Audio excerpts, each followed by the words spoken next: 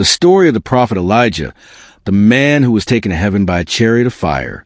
Long ago in the land of Israel, there lived a mighty prophet named Elijah.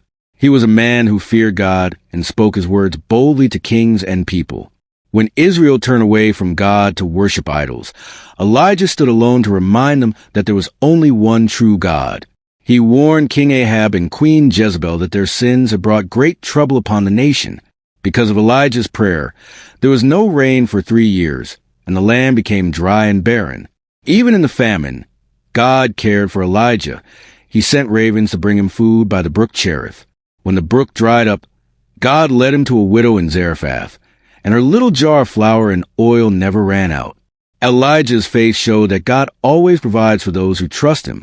One day, Elijah challenged the false prophets of Baal to prove whose God was real. He said, "Let us each prepare an altar and call upon our God, the one who answers by fire. He is the true God." The prophets of Baal cried out from morning till evening, dancing and cutting themselves, but no fire came. Then Elijah repaired the altar of the Lord with 12 stones and poured water all over the sacrifice. He prayed, "O Lord, let it be known today that you are God in Israel." Suddenly, fire fell from heaven and burned up the sacrifice, the wood, the stones, and even the water in the trench. All the people fell on their faces and cried, "The Lord, He is God! The Lord, He is God!" Through this miracle, God proved His power, and Elijah showed the people way back to truth.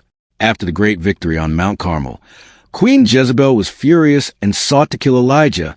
Afraid, Elijah fled into the wilderness and prayed that he might die. But God was not finished with His servant. An angel touched him and said, "Arise and eat." Give him food and water to strengthen him for his journey. Elijah traveled 40 days and nights to Mount Horeb, the mountain of God. There, he hid in a cave and heard the Lord ask, "What are you doing here, Elijah?" A great wind tore through the mountains, but God was not in the wind. Then came an earthquake, but God was not in the earthquake. After that came a fire, but God was not in the fire. Finally, Elijah heard a still small voice, and in that quiet moment, God spoke peace to his troubled heart. He reminded Elijah that he was not alone. There were still thousands in Israel who had not bowed to Baal. In his later years, Elijah was told by God that his time on earth was almost over. He began a final journey with his young servant and follower, Elisha. As they walked from Gilgal to Bethel, then to Jericho, and finally to the Jordan River, Elijah tested Elisha's faith by saying, "Stay here." But Elisha refused, saying, "As the Lord lives, I will not leave you."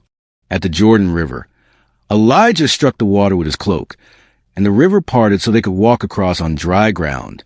When they reached the other side, Elijah asked, "What shall I do for you before I am taken away?" Elisha replied, "Let me receive a double portion of your spirit."